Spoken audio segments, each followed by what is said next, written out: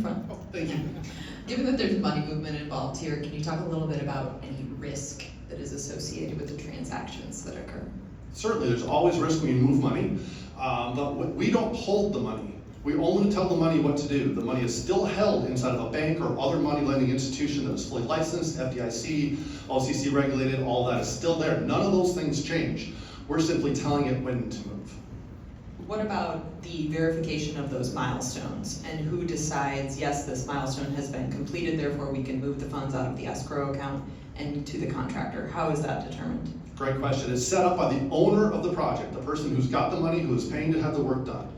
They put their criteria into the system. And then if I'm again the plumber and I win the bid, I agree to that system.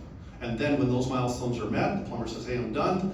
Yes, that's set, but it's the owner that retains complete control throughout the whole process. Thank you.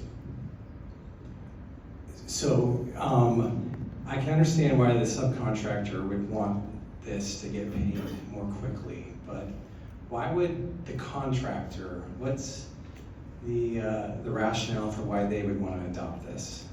A number of reasons, and thank you very much for the question. 14% is why. The average cost of construction project on average in 2024, and I'll be happy to show you more of that in detail on the side, but in 2024, the average cost of every construction project is dropped by 14% based on this issue.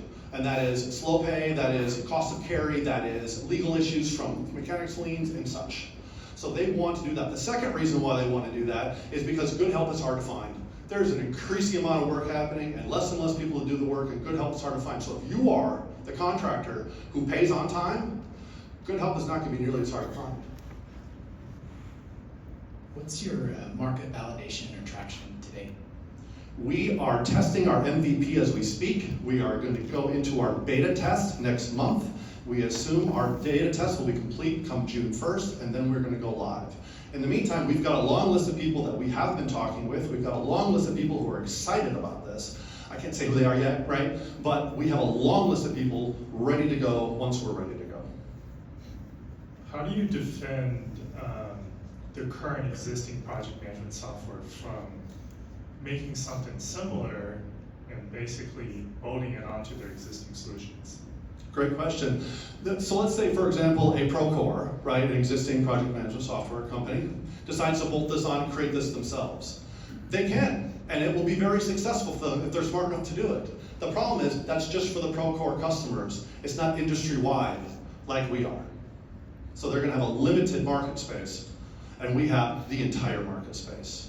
And you can have more than one in there. There's Ford and Chevy. Thank you. Thank you.